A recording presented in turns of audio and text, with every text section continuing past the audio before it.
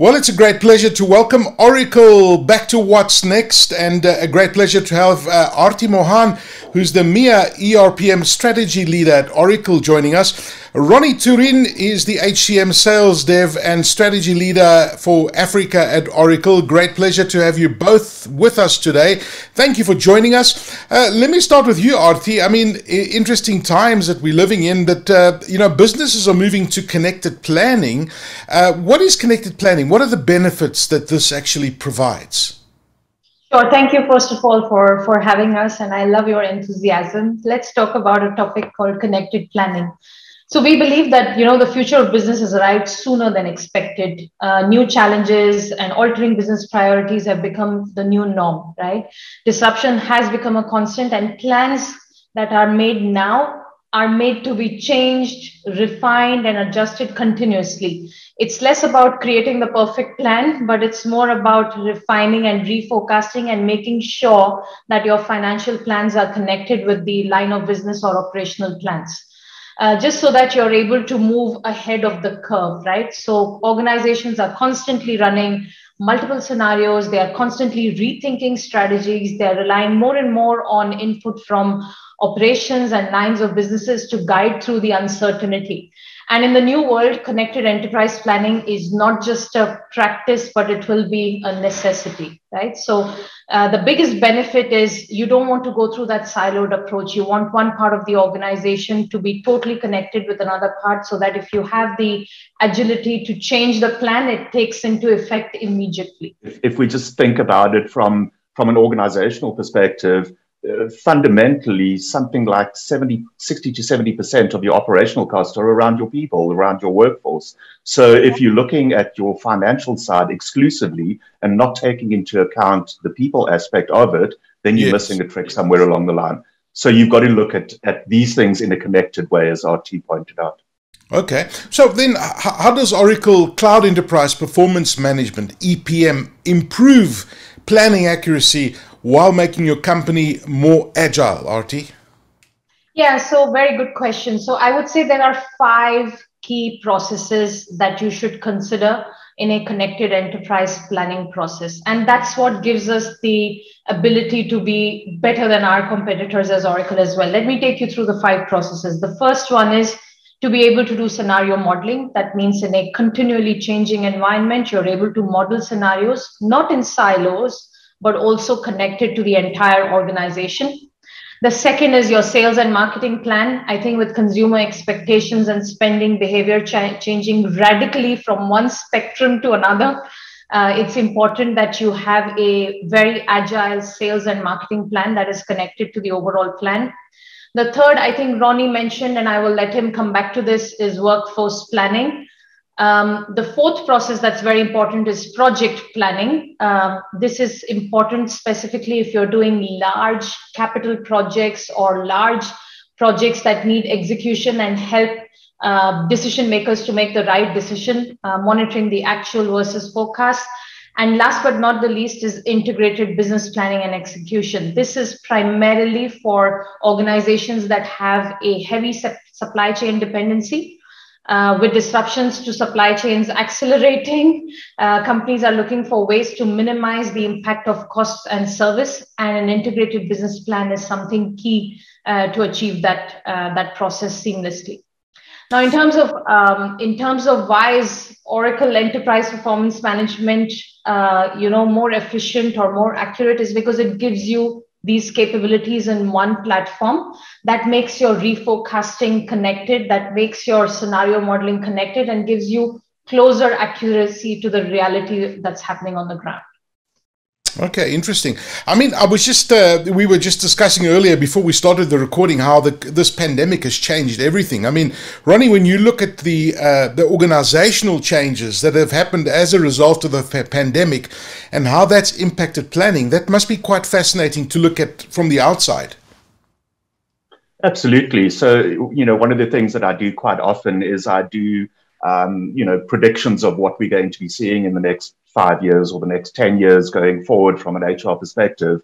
no way in hell am I actually going to start making any predictions now based on what happened with COVID, because people had all sorts of plans in place in terms of, in the next 2 years, this is what we're going to be doing. And 2 years after that, that's what we're going to be doing. COVID came and just turned everything on its head. And now the planning that people are looking for is, how do I keep my business going right now? What are the things that I need to be looking at right now? And do I have, as Aarti talks about, the agility to be able to quickly adapt and change based on the circumstances that we found? So again, from an HR perspective, we need to understand, we spoke about the vaccinations. Who of my people in my organization are vaccinated? Who are the people that are not?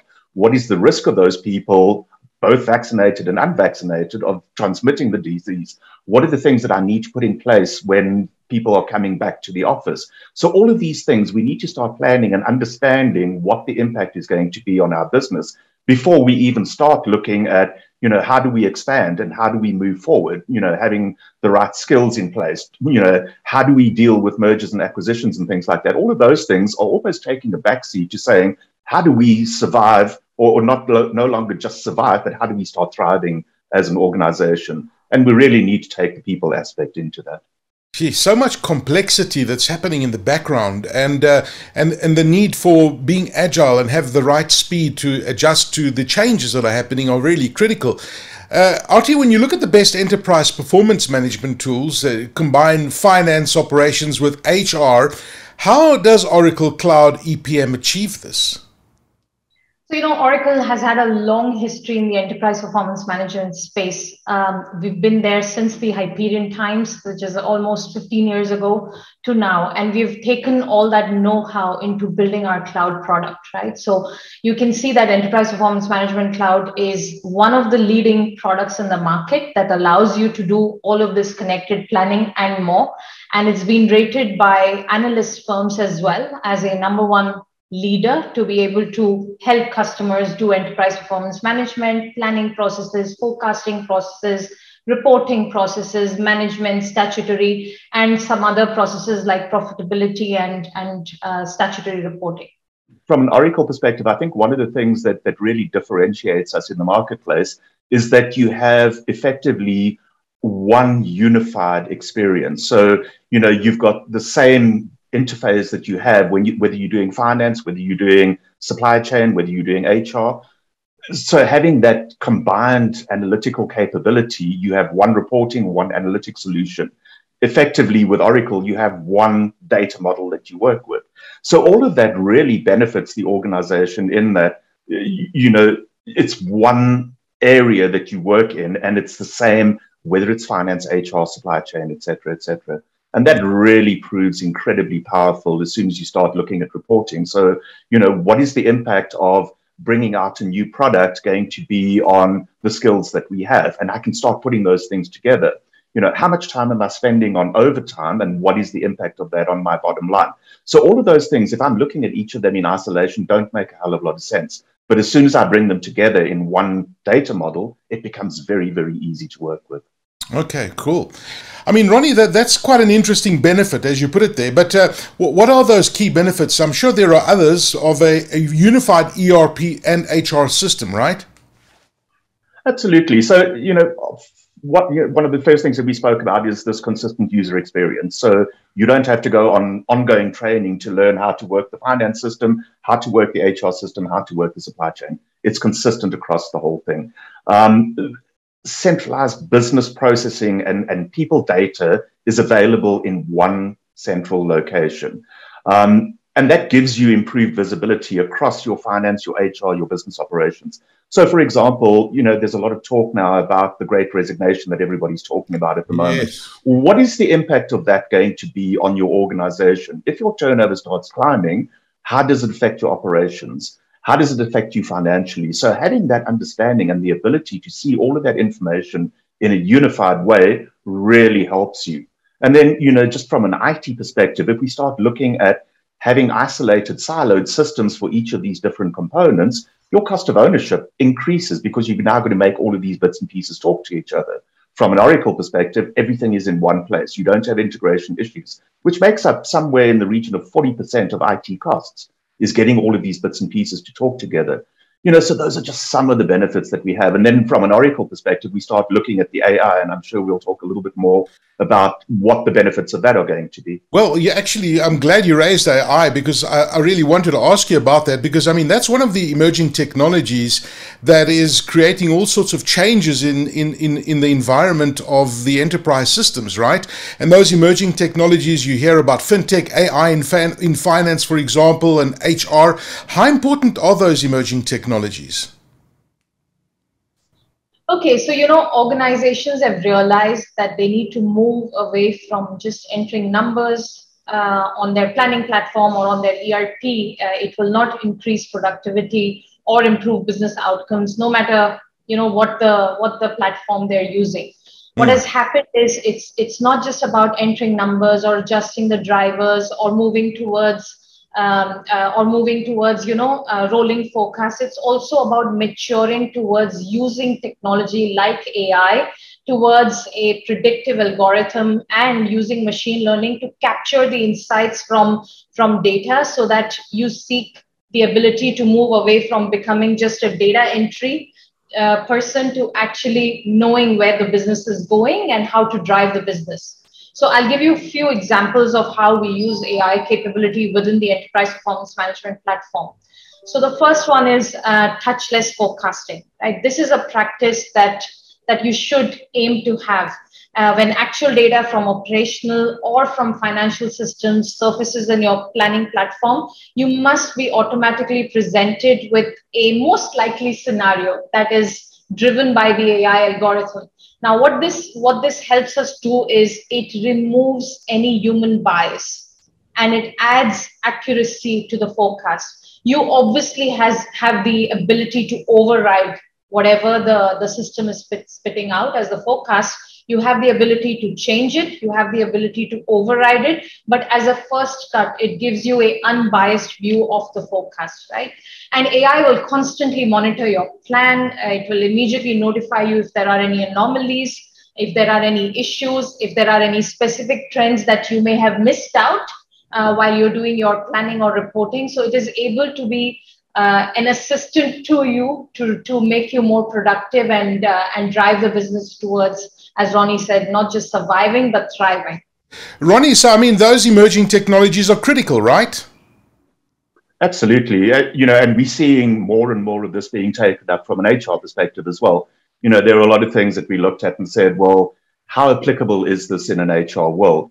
And, if we just take reporting, we've moved in an HR world from historical reporting saying, what happened, to moving to more predictive, where I can start saying, how is this changing? What are the things that we're looking at, to almost being prescriptive, where I can start saying, how do I make things happen? And having these AI tools in place, machine learning, for example, starts to analyze the trends and saying, guys, if you continue along this line, this is the likely outcome that you're going to have. We can now take that a step further and say, how do I force that outcome? How do I actually make that thing happen? By using these trends, identifying what is actually going to happen. So, things like making sure that I'm getting the right skills. First of all, I need to understand what are those skills that I actually need. So we start having a look at dynamic skills, where I can automatically start matching people based on their experience, the skills that they bring to the party, with the skills that I actually need. So, we almost start looking at, rather than people looking for jobs start looking for people, where I can start using that sort of information. But I can also start predicting, especially we talked a little bit earlier about the Great Resignation. Who are my high potential people that are flight risks? And what can I do to prevent them from actually leaving? Yes. So again, we can use that predictive analytics to start identifying, based on the fact that this person hasn't had an increase in the last 2 years, they haven't been on any training, they've been with the same manager, and there's a whole lot of things that we can look at, which determines, hey, this is a trend that we've seen. And when people are in this situation, chances are that they're going to leave the organization. If this is a high potential person in your organization, you don't want that to happen. But invariably what happens is, because we are always working in hindsight, we wait until the person actually puts their letter of resignation on the table and then says, oh, I didn't realize that was going to happen. How do I stop you from going? It's too late then. The guy's made up his mind. He's already signed his new job contract, et cetera, et cetera. I want to be able to, 6 months in advance, be able to say, this is a high potential employee that I don't want to lose. What can I start doing now to prevent that from happening? Okay, interesting stuff. So, a key consideration here when implementing new technologies is your workforce, right? How does Oracle Cloud EPM make it easier to build a fully connected workforce plan? It's a tough one. Who wants to take this one? So I think, from a starting point, a lot of people don't realize how interconnected the different systems are. We've identified somewhere in the region of 45 different touch points across finance and HR on its own. So if, for example, I am a finance manager in a particular division and I get a promotion, my responsibilities are actually going to change. How are those responsibilities defined? What is my approval process going to be? What is my area, that I'm going to need to be working with? If I submit an expense claim, it's going into finance, but it's me as an employee that is expensing that claim, and you are going to reimburse me either through my payroll or through, a paycheck or whatever the case may be. And there's, as I said, there's an infinite number, 43 that we can specifically hone in on that are touch points between just ERP and finance. And if we start looking at sales, who's defining what are our targets from a sales perspective and what are the individual's targets and how do I compensate that person? How do I, pay them their commission? What is the basis that I'm actually going to do it on? How many reps do I have? What is the area that they cover? What are the products that they cover? So there's these constant touch points, whether it's in sales, whether it's in finance, whether it's in operations.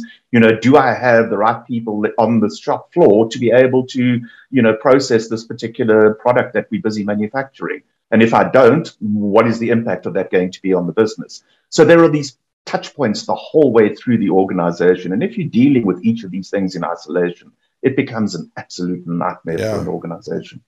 I mean, Aarti, when you try and strategize, I mean, I know you're the ERPM strategy lead at Oracle. I mean, when you look at these tectonic changes, I mean, these are massive changes that have taken place in ERP systems and how what we've talking about this conversation, and I know we've touched on the emerging technologies, but it's so interesting listening to both of you talking how many companies are still stuck to the way they were doing things 5 years ago and how quickly things have shifted just during the last 18 months. And I guess that COVID has really sparked on a lot of things, but where are we going in the next 3 to 5 years? Are we going to stay like this? Are we going to, and I guess you can't really predict, right? Because AI keeps changing every day. You've got different layers coming in, and yet people have to be agile and they've got to change because you cannot stay stagnant in this world. Sure. So Aarti, I'll just pick up on what Ronnie said and build up on that. I think it's so important to understand the skills we need in our workforce today, not only to prepare for today, but to prepare for the next decade. I can't predict what the new term will be in 5 years. It may be something that we don't know of today. Like I didn't know 5 years ago that we're going to talk about IoT, AI, blockchain, right? So exactly. Technology is evolving a lot. And my only recommendation or guidance to all the people watching this would be to embrace the technology, because technology is like having virtual assistants, right? It's having virtual assistants that are supporting you in your day-to-day job. So the faster you utilize that, the more efficient you will be in your job, the more productive you will be, and you will build skills for the future. And there is no hiding from this. From these technologies, right? If, for instance, if you use Google Maps, you're using AI. You may not know it, but that's the reality, right? It tells you an alternate route if you're stuck somewhere, or it tells you if there's a roadblock ahead and how to get past it, right? So day-to-day world, you're already using AI. Netflix, whatever recommendations you see are based on AI. We are trying to make our ERP as accessible as these apps that I talked about, right? So you should be able to talk to your ERP and do an expense report. For instance, I can say, hey, I want to submit an expense report, take a picture and submit it. Why would you want to go the old way of entering the data, exactly. And scanning? And it's just not efficient. So technology is really evolving, and the faster you embrace it, the more ready you will be for the next decade. When COVID hit, Organizations that were still using old school technology, legacy systems that were designed for, working 30 odd years ago were the ones that were probably impacted the most. If I think about the Oracle example, in South Africa, we were told on the Thursday evening after Cyril had had his family gathering, that we wouldn't be able to come to the office on Friday morning. And because we have all of this technology available to us at Oracle, nobody had to go into the office. I had my laptop. I could carry on working. I was connected through our cloud system. I could carry on working as if nothing had happened. The only difference was that I didn't have to put on a suit to go to the office. I could sit in my pajamas and carry on working. I could pick up my smartphone, as Aarti said, and I could say, I have an expense claim, take a picture of my invoice or my receipt and submit it on the fly. It's done. And organizations that had started moving, this whole fourth industrial revolution that we talk about didn't start as a result of the pandemic. It was already in the process. A lot of organizations have been doing this for a long time. What COVID did, what the pandemic did, was it accelerated it specifically for those organizations that hadn't taken up this new technology. And they're realizing that I've got to stay ahead of technology in order to be able to survive. We talked about surviving and thriving. If those organizations that already had the technology are the ones that are thriving, the others are now in survival mode until they can get their systems up and running so that they can now start moving towards, how do we start getting back to a normal work and normal lifestyle again, if there is such a thing. Absolutely. It's just fascinating talking to the two of you, and thank you for joining us. And I think that, Aarti, what you said earlier is that you have to embrace it. Whatever change is about, just embrace it, because if you go against it, it's going to be to your detriment of your organization. Embrace it, move with the flow, because that's where the world is going. And, it's just such great advice, such a fascinating conversation. Aarti Mohan, who's the EMEA ERPM strategy leader at Oracle, thank you for joining us. And also to you, Ronnie Toerien, who's the HCM sales dev and strategy leader Africa at Oracle. Thank you both for that fascinating discussion and all these changes that are happening around us. And as Aarti said, just embrace it. Thank you for the two of you for joining me. Really appreciate your time. Thank you. For having us.